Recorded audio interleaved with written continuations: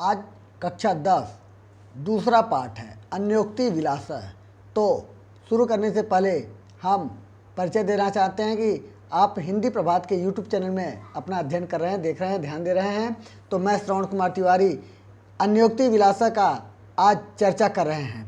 तो ध्यान रखेंगे, अन्योक्ति विलास का अर्थ क्या होता है। तो अन्य धन उक्ति, अन्य माने दूसरी, उक्ति माने कथन और विलासा माने होता है सौंदर्य, यानी दूसरे कथन का सौंदर्य। ऐसा कह सकते हैं कि अन्योक्तियों का सौंदर्य ऐसा कहा जाता है, लेकिन कहा गया इसका अर्थ ये होता है कि एक अर्थ का एक वाक्य का अपने अर्थ के साथ दूसरा अर्थ भी निकाल लिया जाए तो उसे कहते हैं अन्योक्ति। और उसी अन्योक्तियों का विलासा माने होता है सौंदर्य या संपन्नता। विलास का अर्थ होता है संपन्नता या सौंदर्य। तो ऐसे कहते हैं दूसरे अर्थों का भी, यानी एक वाक्य का दूसरा अर्थ भी दे तो वह अपने आप में संपन्न है। तो उसकी क्या सुंदरता है, कितना अच्छा है, उसका यह चर्चा है, यानी उसी का इसमें चर्चा दूसरे पाठ में। तो ध्यान रखिएगा कि इसमें जितने भी श्लोक हैं, इन श्लोकों का अपना अर्थ है, उस अर्थ के साथ दूसरा भी अर्थ है। तो मैं बताने से पहले आप लोगों को कहूँगा कि आप लोग अगर हमारे चैनल से जुड़े हैं और हमारी वीडियो पसंद आती है तो आप लाइक करिए और चैनल को सब्सक्राइब जरूर करिएगा, जिससे कि आपको लगातार हम हमेशा आपकी वीडियो देते रहें, आपको मिलता रहे। तो ध्यान रखें, चलिए शुरू करते हैं। पहला श्लोक क्या लिखा है, नित्राम नीचो अस्मीति त्वम खेदम कूपम। ये कूप, यानी इसमें कूप को संबोधित किया गया कि हे कुआं, यानी जहाँ संबोधन का चिन्ह हो वहाँ हे लगा लेते हैं, तो कुएं को संबोधित किया गया है। कहा गया है हे कुएं, खेद माने दुख, त्वम माने तुम, दुख तुम। अब यहाँ नितराम माने बहुत, नीचो नीच, अस्मिधन इति, अस्म माने हूँ, नीच माने नीच, मैं बहुत नीच हूँ, ऐसा दुख तुम न करो। माँ माने होता है, आगे करें, कदापि माँ कृथ, कदाप माने कभी भी, माँ माने नहीं, कृथा माने करो, यानी मैं बहुत नीच हूँ, ऐसा दुख तुम कभी भी मत करो।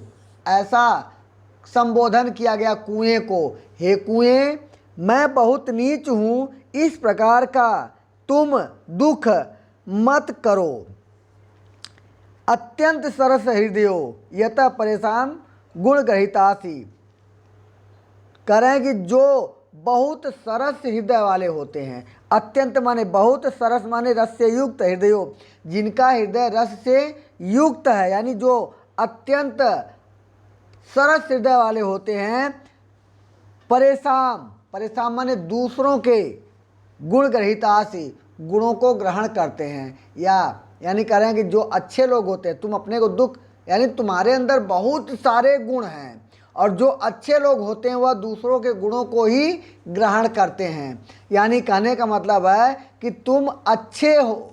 अब इसका दूसरा अर्थ क्या है, दूसरा अर्थ कह रहे हैं, ये तो अपना अर्थ है कि तुम दूसरे के गुणों को ग्रहण करते हो, यानी जो अच्छे लोग होते हैं वो दूसरे के गुण को ग्रहण करते हैं। अब इसके दूसरे अर्थ क्या है कि किसी भी व्यक्ति को दुख महसूस नहीं करना चाहिए, इसलिए कि उस व्यक्ति को अच्छे लोग भी मिलते हैं, और अच्छा व्यक्ति अच्छे लोगों के गुणों को ग्रहण करता है। तो कहने मतलब यहाँ गुण से दो अर्थ हैं, ध्यान रखेंगे। गुण ग्रहितासी का मतलब गुण, गुण माने रस्सी होता है, और गुण माने एक जो व्यक्ति के अंदर का जो गुण होता है। तो कहने का मतलब है तुम अच्छे हो, तुम दूसरे के गुणों को ग्रहण करते हो, यानी दूसरे की रस्सी को ग्रहण करते हो, तुम अच्छे हो। ऐसे ही तुम्हारे पास वही लोग आते हैं जो तुम्हारे अंदर के गुणों को ग्रहण करते हैं। तुम्हारे अंदर एक जल है, जल जो तुम्हारे जल देने का तुम्हारे अंदर एक गुण है, तो तुम्हारे पास वही लोग आएंगे जिनको तुम्हारी आवश्यकता होगी, और तुम्हारी आवश्यकता होगी तो आएंगे और अपने गुणों से तुम्हारे अंदर के जल को ग्रहण करके अपने मन को शांत करेंगे, आनंदित करेंगे। यानी कहने का मतलब है कि तुम अच्छे हो, तुम अच्छे हो और तुम्हारे पास अच्छे ही लोग आएंगे। तो कहने का मतलब है सामान्य व्यक्ति के लिए, इसके दूसरे लिए कहा गया कि किसी भी व्यक्ति को कभी दुख व्यक्त नहीं करना चाहिए। कुछ लोग दुष्ट प्रवृत्ति के होते हैं, लेकिन अच्छे लोगों को हमेशा अच्छे लोग मिलते हैं, इसलिए मन में कभी किसी प्रकार का दुख नहीं व्यक्त करना चाहिए। अगला दूसरा है, कहा गया कि नीर क्षीर विवेके हंस आलस्य त्वमेव तनुषे चेत, यानी इसमें पहले वाले में तो कुएं को संबोधित किया गया है, दूसरे वाले में हंस को संबोधित किया गया है। कह रहे हैं कि दूध, नीर और क्षीर, नीर माने जल होता है यानी पानी, और क्षीर माने दूध होता है। विवेके माने होता है समझना, समझदारी। हंस आलस्य मतलब हंस का आलस्य, हंस आलस्य का त्वमेव तुम ही, तनुषे माने करते हो, यानी अब इसको ऐसे जानेंगे, सबका हमने शब्दार्थ बताया है, इसको ऐसे जानेंगे कि हंस को संबोधित करते हुए कहा गया कि हे हंस, अगर दूध और पानी को अलग करने में तुम ही आलस्य करते हो, तो कह रहे हैं कि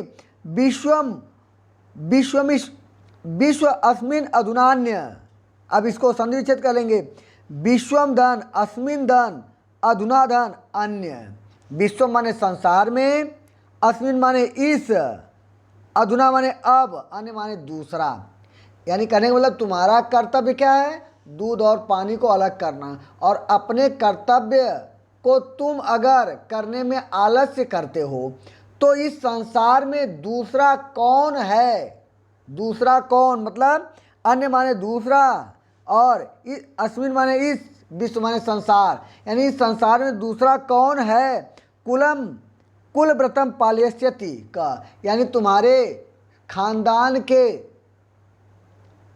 संकल्प को पालन करेगा, यानी तुम्हारे खानदान की एक परंपरा है, तुम्हारे खानदान की परंपरा है कि दूध और पानी को अलग करना, और अगर ये परंपरा का तुम पालन नहीं करोगे, दूध और पानी को अलग करने का परंपरा का पालन तुम नहीं करोगे, तो फिर तुम्हारे इस परंपरा का पालन कौन करेगा, अर्थात कोई नहीं। यह सामान्य व्यक्ति के लिए कहा गया है कि अपने खानदान के इज्जत नाम को अगर उस खानदान का कुल, यानी उस कुल का जो पुत्र है, बेटा है, अगर वह उसका पालन नहीं करेगा तो उसके खानदान का मर्यादा का पालन दूसरा कौन करेगा, यह इसका दूसरा अर्थ निकलता है। यानी हंस के माध्यम से दूसरे लोगों को संबोधित किया गया, इसलिए कहा गया कि एक पद का, एक श्लोक का अपना अर्थ तो निकलता, उसके साथ साथ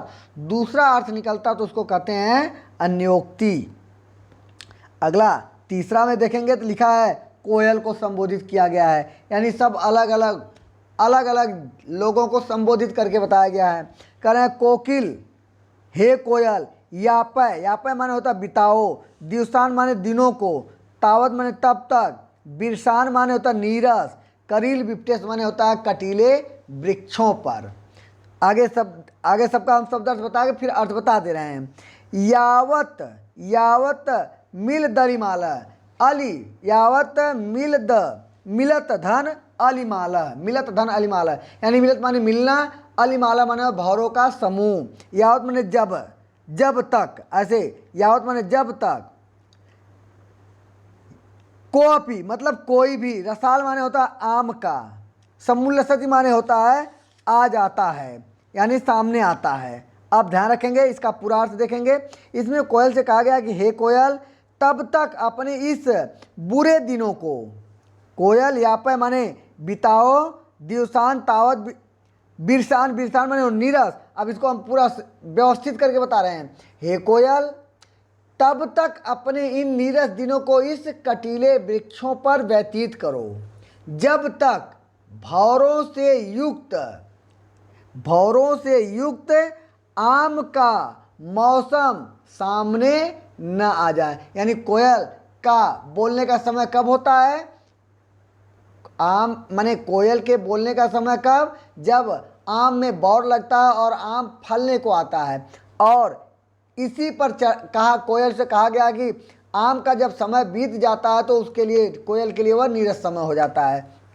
तो अब उसके बाद यानी आम के समय बीतने के बाद कोयल क्या करेगी, तो इसमें कहा गया कि जब तक तुम्हारा समय न आ जाए तब तक क्या करो, शांति से अपने इसी कटीले वृक्षों पर व्यतीत करो। जैसे कहावत कहा गया है, आंधी आवे बैठ बिताओ। जब विपत्ति आए तो विपत्ति में शांति से उस विपत्ति को दूर होने का इंतजार करना चाहिए। तो कोयल से यही कहा गया कि हे कोयल, अपने इन नीरस दिनों को इस कटीले वृक्षों पर व्यतीत कर लो। यानी अब तुम्हारा बुरा दिन है, इस बुरे दिन को तुम किसी तरह से जैसे भी दुख सह करके व्यतीत कर लो, तब तक व्यतीत करो जब तक कि भौरों से युक्त आम का मौसम सामने न आ जाए। अब यही दूसरे के लिए कहा गया है कि जब बुरे दिन आए तो बुरे दिन में व्यक्ति को किसी प्रकार का कोई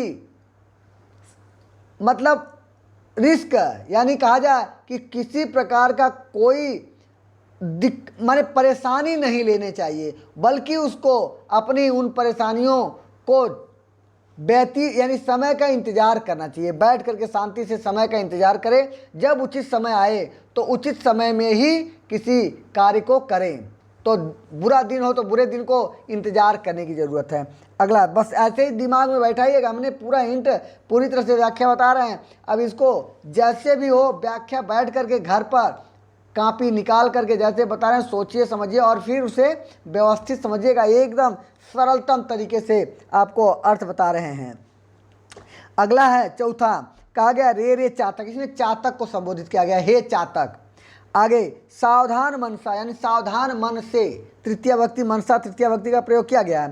तो सावधान मन से मित्र, हे मित्र, हे मित्र चातक संबोधित किया गया, हे मित्र चातक सावधान मन से क्षणम श्वेताम, क्षण भर सुनो। अम्बोधा बहो ही संति, अम्बोधा माने होता आकाश में, बहो ही संति यानी अम्बोधा माने बादल होता, सॉरी अम्बोधा माने बादल होता, बहो माने बहुत, ही संति माने हैं, गगने माने आकाश में। सर्वेपि नेतादृशा, न धन एतत् धन न धन एतादृशा, न धन एतादृशा माने एक जैसा, न माने नहीं, नहीं एक जैसा। यानी कहा गया कि आकाश में बहुत सारे बादल हैं, सभी बादल एक जैसे नहीं हैं, यह कहा गया है। केचित वृष्टि भीर्याद्रयन्ति वसुधाम, यानी कह रहे हैं केचित माने कुछ, वृष्टि माने होता है वृष्टि भी करेंगे, वर्षा के द्वारा, यानी वर्षा के द्वारा। आर्द्रयन्ति माने होता है गीला करना, गीला करते हैं। वसुधाम माने धरती को, कह रहे हैं कुछ वर्षा के द्वारा धरती को गीला कर देते हैं। गर्जंत केचित वृथा, और कुछ गरजते हैं बेकार में, व्यर्थ में गरजते हैं। यम यम पश्यसि, जिसको जिसको देखते हो, पश्यस माने देखते हो, यम यम माने जिसको जिसको, जिसको जिसको देखते हो, तस्य तस्य उसके उसके, पुरतो माने सामने, माँ माने मत, ब्रूह माने बोलो, दीनम बचा दीन वचन, दीन वचन मतलब गरीबी की स्थिति, यानी पूरे अर्थ को जानिए। बादल से चातक से कहा गया कि हे चातक, हे मित्र चातक सावधान मन से क्षण भर सुनो। आकाश में बहुत से बादल हैं, सभी एक जैसे नहीं हैं। कुछ वर्षा के द्वारा धरती को गीला कर देते हैं और कुछ व्यर्थ में गरजते हैं। जिसको जिसको देखते हो उसके उसके सामने दीन वचन मत बोलो। तात्पर्य क्या है कि कहा जाता है कि चातक पक्षी एक ही नक्षत्र का पानी पीता है, तो जब उसे उसी नक्षत्र का इंतजार है तो सब बादल को देख करके क्यों वो परेशान हो, क्यों माने रोना रोए, हर बादल से क्यों रोना रोए। तो उसी तरह से दूसरे व्यक्ति के लिए अन्योक्ति, यानी दूसरा अर्थ क्या निकलेगा, तो व्यक्ति को अपने अच्छे लोगों, अपने संबंधियों को पहचानना चाहिए और अपने लोगों से ही अपने मन की व्यथा को कहना चाहिए, क्योंकि दूसरों से कहेंगे तो दूसरा आपके इच्छाओं की पूर्ति या आपके दुखों को समझेगा, ऐसा नहीं हो सकता। तो कहने मतलब जो सामने मिले उसी से अपने दीनहीन की बातें बताएं, तो ऐसा नहीं करना चाहिए। यानी व्यक्ति को पहचानना चाहिए। और धरती पर बहुत सारे लोग हैं, कुछ आपकी बातों को समझते हैं, सुनते हैं, और कुछ आपकी बातों को सुनेंगे तो मजाक उड़ाएंगे, हंसी उड़ाएंगे। इसलिए सभी के सामने अपनी दीनहीन बातें नहीं करनी चाहिए। अगला है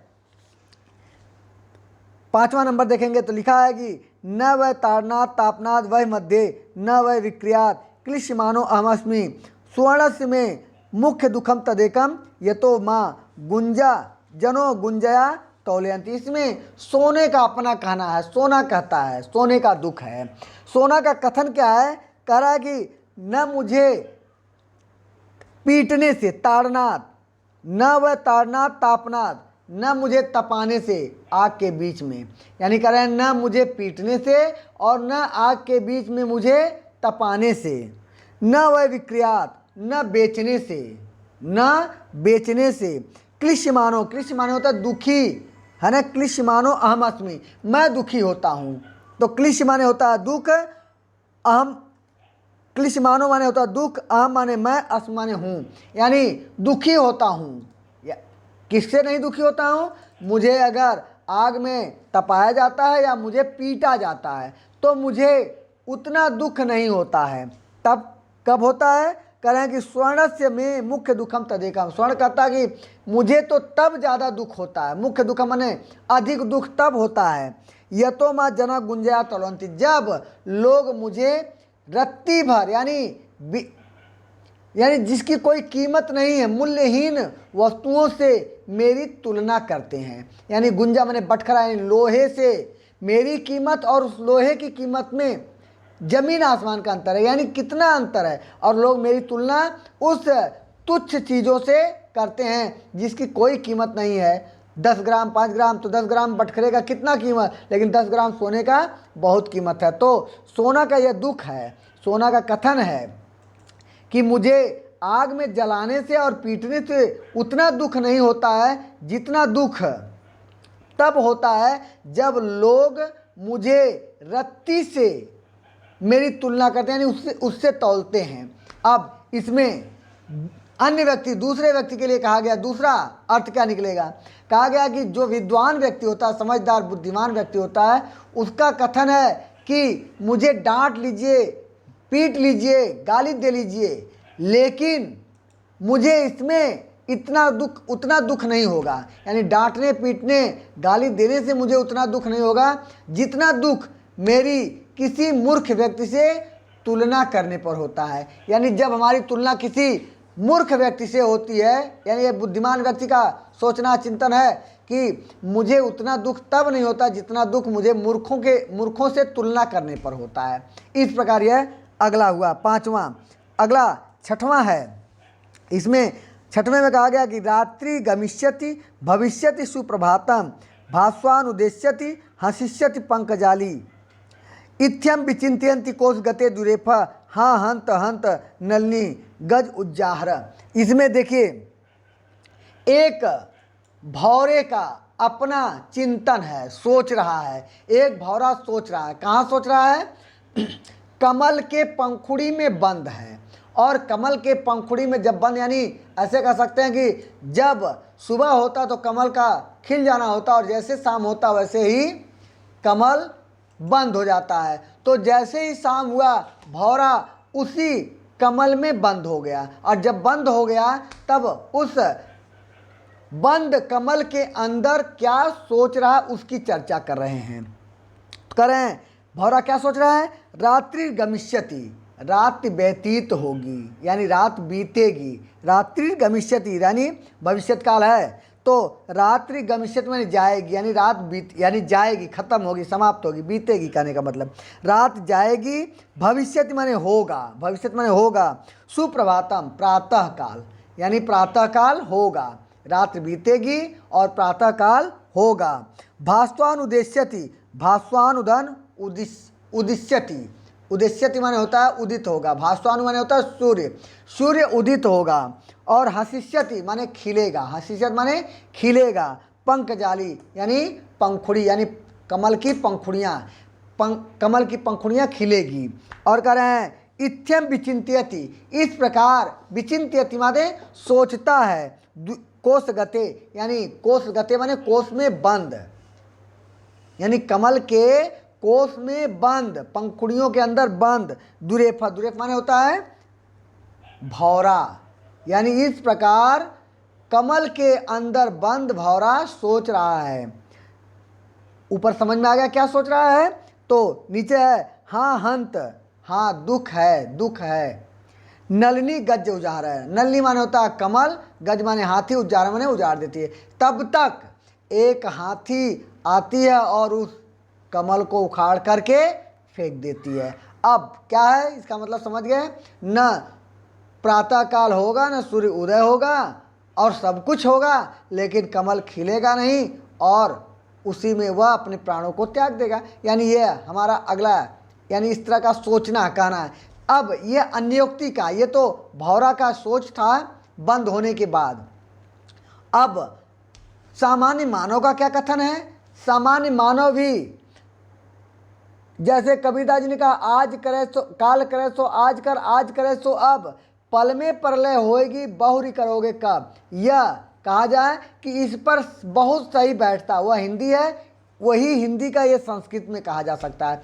तो कहने का मतलब है कि व्यक्ति कोई कार्य नहीं करे और रोज नई नई कल्पना करे कि कल ऐसा करेंगे, कल ऐसा करेंगे, हर दिन कल के विषय में सोचता रहे और ये कल कभी नहीं आने वाला है और एक दिन समय बीत जाएगा और व्यक्ति मृत्यु को प्राप्त कर लेगा। तो कहने का मतलब है, क्या कहना है कि व्यक्ति को बैठ करके सोचना नहीं चाहिए, बल्कि व्यक्ति को अपने कार्य को करना चाहिए, और अगर कार्य करता रहेगा तो उसके कार्य होंगे, नहीं तो वह समय जितना है वो सब नष्ट हो जाएगा और एक दिन मृत्यु आएगी और समाप्त कर देगी। तो इस प्रकार यह आपके कुल 6 श्लोक थे, तो श्लोकों को भी ध्यान से याद करिएगा, और क्योंकि परीक्षा में 2 नंबर का श्लोक आता है तो इसी के साथ साथ श्लोक भी याद करते रहिए और व्याख्या भी याद करते रहिए, तो इस प्रकार आपकी बढ़िया तैयारी हो जाएगी। तो आज बस इतना, फिर अगले दिन मिलते हैं, तब तक के लिए धन्यवाद।